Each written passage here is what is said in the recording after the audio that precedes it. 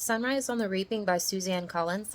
Let's talk about it because I'm going to keep this review pretty vague because I don't want to ruin this book for anybody who hasn't had a chance to read it yet.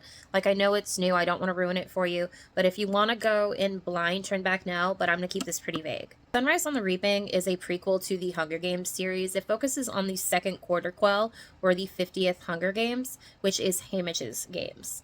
We know Hamish from the original story. He was Katniss's mentor, and this is when he went through the Hunger Games himself. Now, like most Hunger Games books, this follows a very familiar formula. You follow Hamish from Reaping Day through the games and a little bit after to see how it affects him. Now, I rated this book 4 stars based on the math that I do with the preset reading journal that I use. That's what it mathed out to be, but it honestly feels a little generous, and I think this book was closer to 3 stars. I'm sorry. Right, here's my issue with this book, though. You see these purple tabs? You see all these purple tabs here?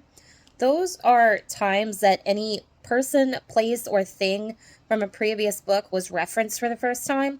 There are 21 of them, right?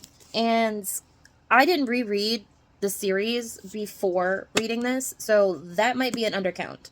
I know for some people, all these mentions from the previous books is going to feel like a warm hug from characters that they love and miss. For me, it felt like I was getting beaten over the head with fan service. It didn't hit a nostalgia mark for me. This book just felt forced. But if you disagree, if you totally love the nostalgia in this book, that's okay. Let's just not fight about it. My biggest gripe with this book really is that I feel like it was a huge missed opportunity to meet people we hadn't met before, meet victors we hadn't met before, and instead we got nailed with characters that we already knew.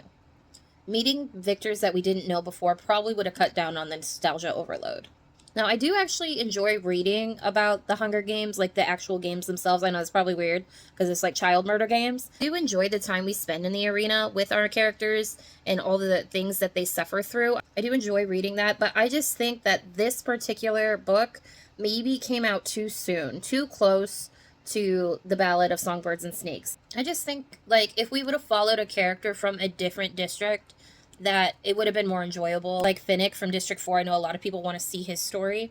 I think that would have been more beneficial because this just came out too close to A Ballad of Songbirds and Snakes, and I think that Panem has shown us all District 12 has to show us. I just don't think it's going to add anything else to the story to keep reading about District 12 in the capital. I would like to see more of Panem.